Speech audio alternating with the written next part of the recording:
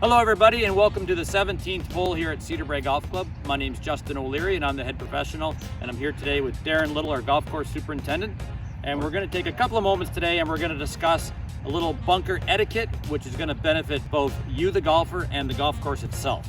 So stay tuned, we've got a couple of things to show you here.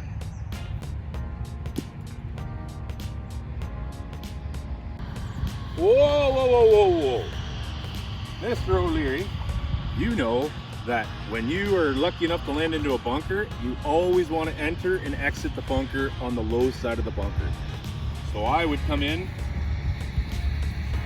from here, grab my rake, hit my shot, and then rake myself out. Perfect, Darren. Why is that? Why do we have to enter from the low side of the bunker? On the high flash face, there's a chance that you're going to create a footprint or a foothold into this front face here. Easier always to come in from this side. All the sand that gets splashed up on the bunker faces over the years can create a looser stance that can get pushed down by a foot. So always better to keep the traffic off the faces and enter in the low side. Okay, good to know. Thank you.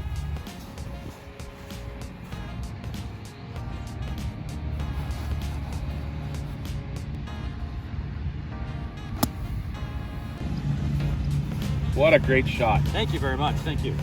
Just as you exit, Mr. O'Leary, make sure you knock sand off your shoes so you don't carry that onto the green surface. And you did a fantastic job of walking basically back down the same line that you walked in, which makes it much simpler for you to rake. Now that we are in normal times, we do have rakes around bunkers, and members are expected, after they're lucky enough to play out of a bunker, to rake themselves out. Some of the simple things you can remember to do after you've hit your shot is, like Justin did, walk in, walk out on the same path. Your job isn't really to do anything except for to knock down your footprints, not reallocate sand or move sand around any more than you have to. Backwards, forwards, backwards, forwards, getting rid of the depression. And then a quick rake on your footprints.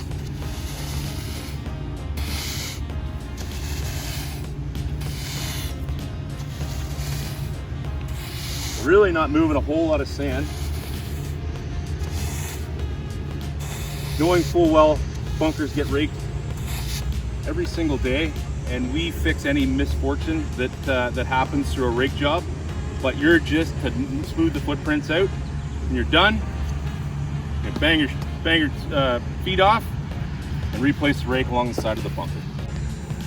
One other quick tip about these bunkers at Cedar Brae: we have grass face down to sand. A lot of times if you end up on the far side of a bunker, you take the path of least resistance in, and definitely try not to walk along the edge of the bunker all the way around. That creates a flat spot where a ball will roll down the hill and get caught on that shelf. So you're better to walk in the bunker and rake yourself back out after, and that will keep from balls hanging up on the side of the bunker face.